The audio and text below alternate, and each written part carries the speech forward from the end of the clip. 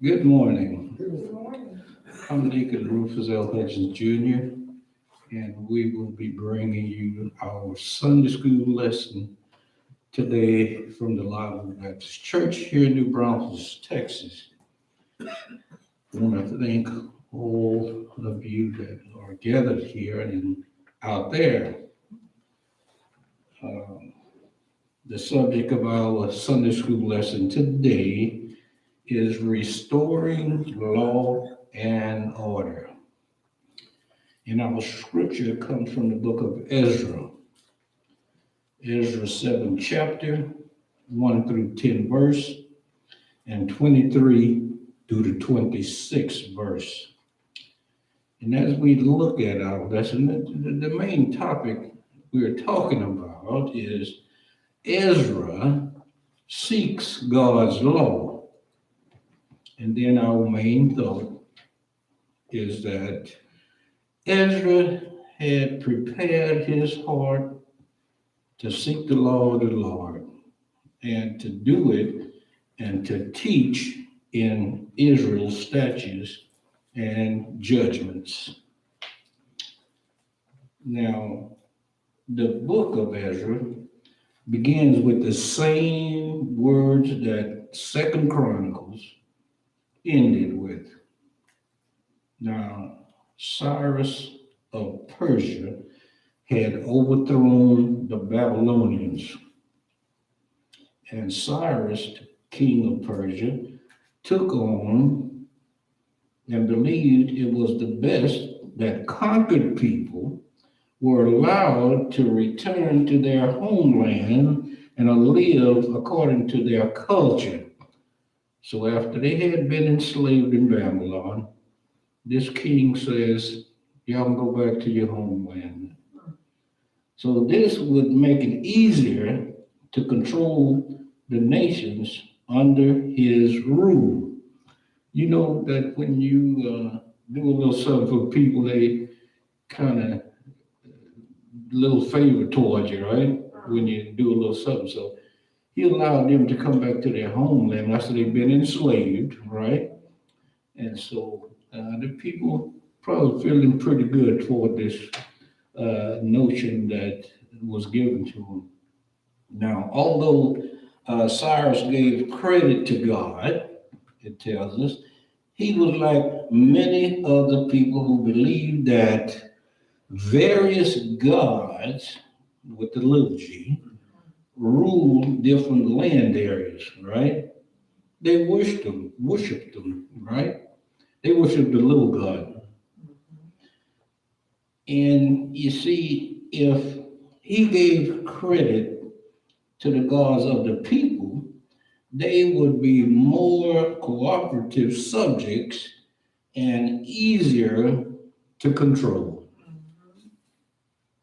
You know, when you got people that works for you and you make it easier for them being their boss, it makes it goes a little bit easier for them, right?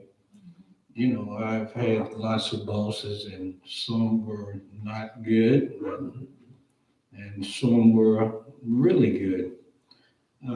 But as people look at other people that's in charge of them, they want to be treated right, right?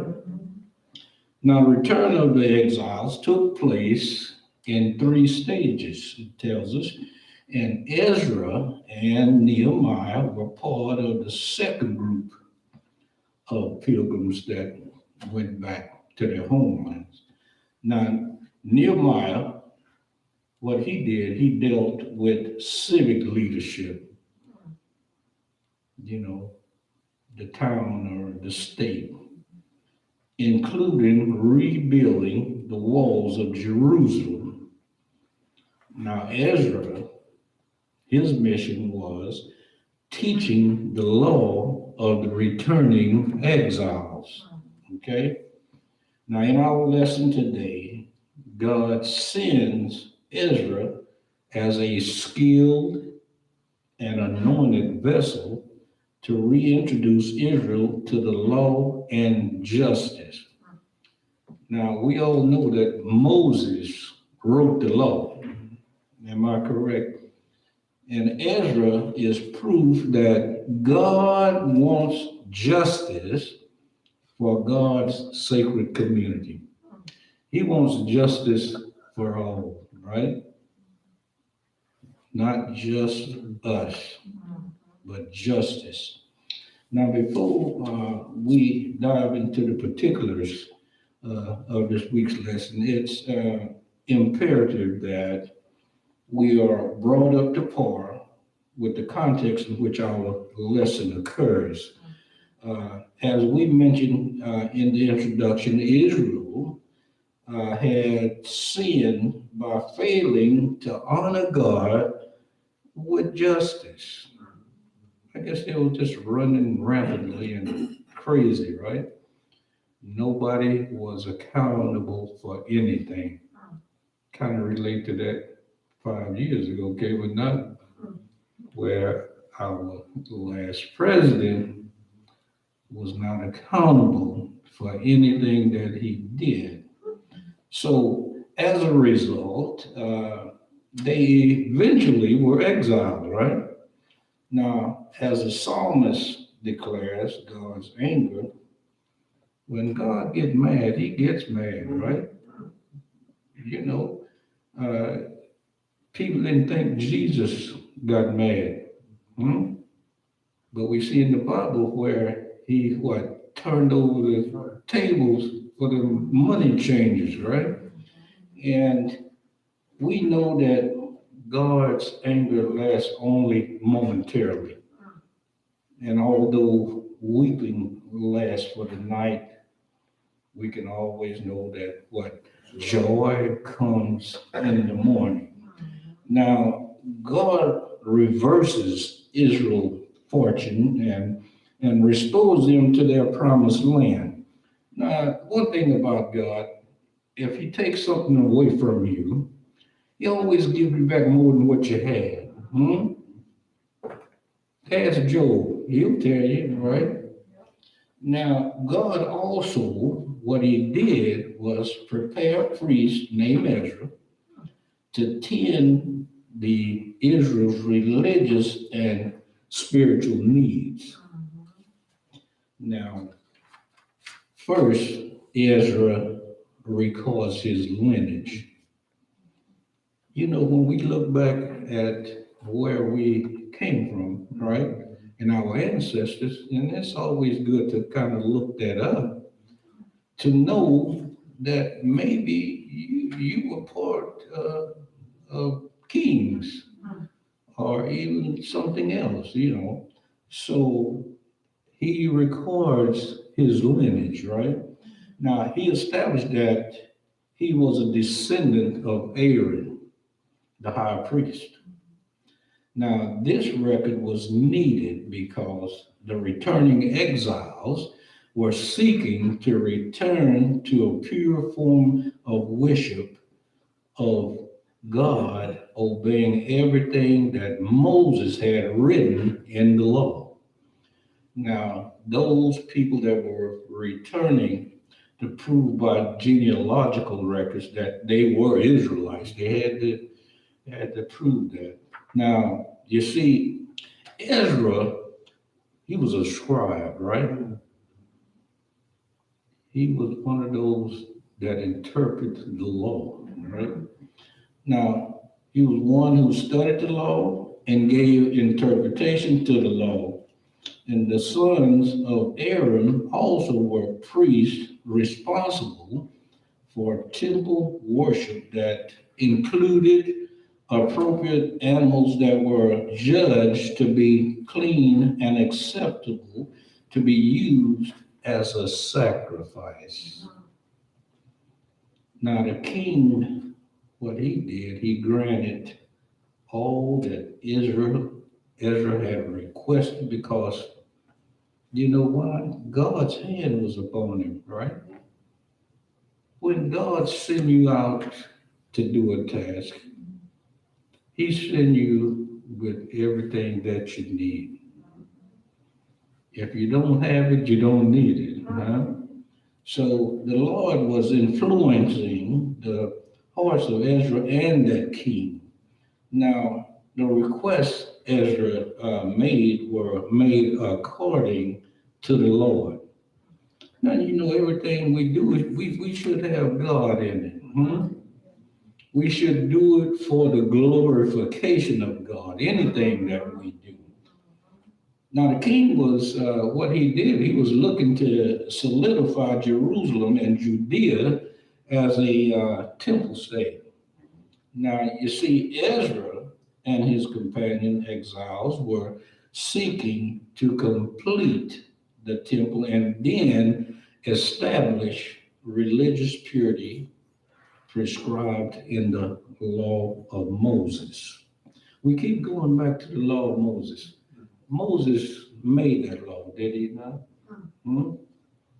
And they abided by it up until now when Israel was coming in to continue.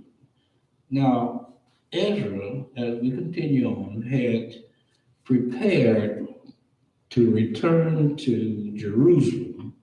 Now, he fulfilled the prophecy of Jeremiah. Now, the Israelites had lived in Babylon for 70 years. That's a long time. God had plans to return his people back to their homelands. And God had plans for their good, right? Anytime that God does something for us, it's for our good. We may not think so at that time.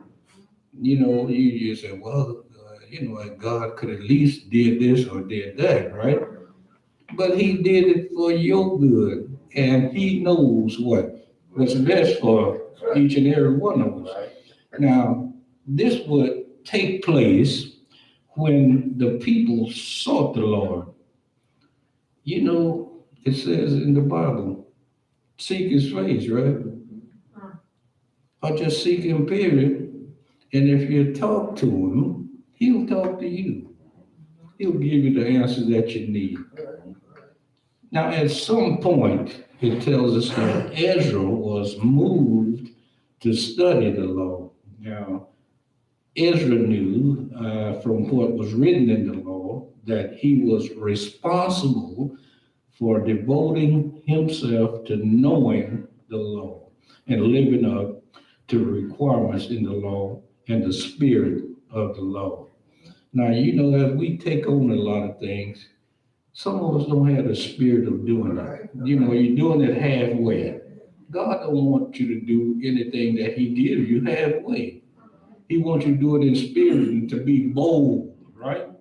And the law had purpose, and those who gained knowledge of the law had to have the spirit also of the law. And then you need the right attitude toward the law. And it was necessary. He was to use the law in reverence to God and his purpose. Now, God always has a purpose for each and every one of us. We may not know what it is right now, but a lot of times I think to myself and I get to talking to God and I'll ask him, what is my purpose? Is it to help others and to be a servant? I think that's what my purpose is. I don't know what yours may be, but my purpose is to be a servant and to help others. Now, he was required to teach the law to the people, right? Now, before Ezra departed Babylon to return to Jerusalem, he received a letter from King Artaxerxes. Now, this letter was needed so the returning exile would be given passage without interference. They would get safe passage back. The status and position of Ezra was to give his qualifications, 'to to lead this mission. Now, Artaxerxes, the king, identified himself as the King of Kings. Now, he kind of pushed it a little bit. He ain't the King of Kings. Only the Lord is Lord of Lords and King of Kings, right? And a title used by the ruler of the empire. Now, you can have all the long and big titles that, you can possibly have, but you still a man. Hmm? It don't make you no greater in God's eyes.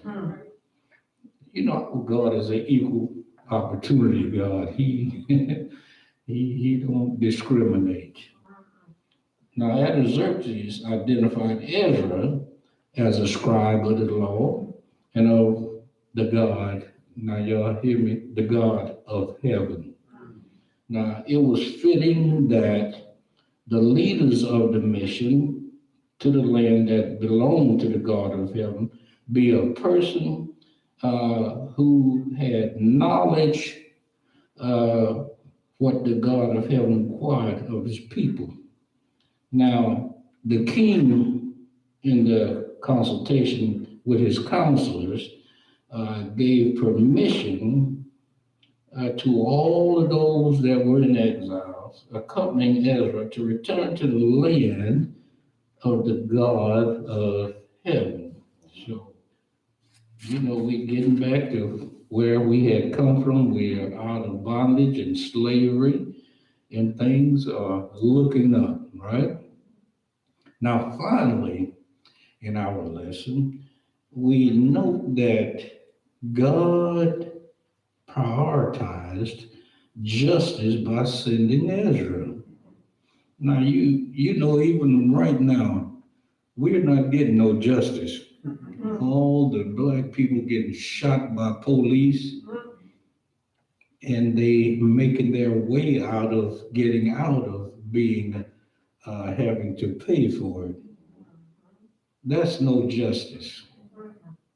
We find more of us getting killed with no justice whatsoever. And it's like when you're reading just another black man that was in the wrong place at the wrong time. Now, God picked Ezra and poured into him a special way of dealing with justice, right, in the law. Now, beyond all of Ezra's multifaceted skills, it tells us that he possessed the hallmark of God sent leader, that he was anointed or favored. God was with Ezra.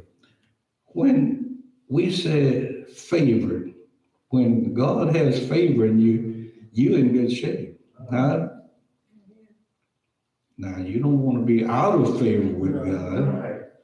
So Ezra was favored by God, and he walked and he talked and he gave spiritual counsel from the vantage point of favor. Now, a lot of people kind of get a little bit too high, right? So it is important to note that Ezra's favor did not necessarily make him overwhelmingly materially minded. As we become big shots, right? Or gain power and a little money, we tend to think we have all the power and we can do anything that we want. The only one with all the power is our God. And it tells us that God's favor worked in a way that allowed Ezra to use God's favor to bless God's people. Now, when you're out here working for God, you're supposed to be working for the people also, not just for yourself. We tend to kind of get wrapped up in our own self, and it's me, or I. So you see, favor often is not just for the one who is favored, but favor is granted for the task at hand and for the good for all that's concerned, for everyone. Now, all in all, it tells that Ezra was a tremendous man, right? And he was specially selected for the special task of teaching Israel to ensure that they would follow God's law. When God selects you to do something, just like being the president, you're supposed to be doing it for all the people, right? Not just for the ones that you like. So, in other words, Ezra was no coincidence. He is a proof that God prioritizes justice because God prepared him to do this critical task, right? Again, as I said, when God gives us a task to do, He usually gives you what you need, not what you want, but what you need. Some of us will say, "Well, I could use a little bit of this, a little bit more than that, but God only gave me, this much." But we need to use what God gave us.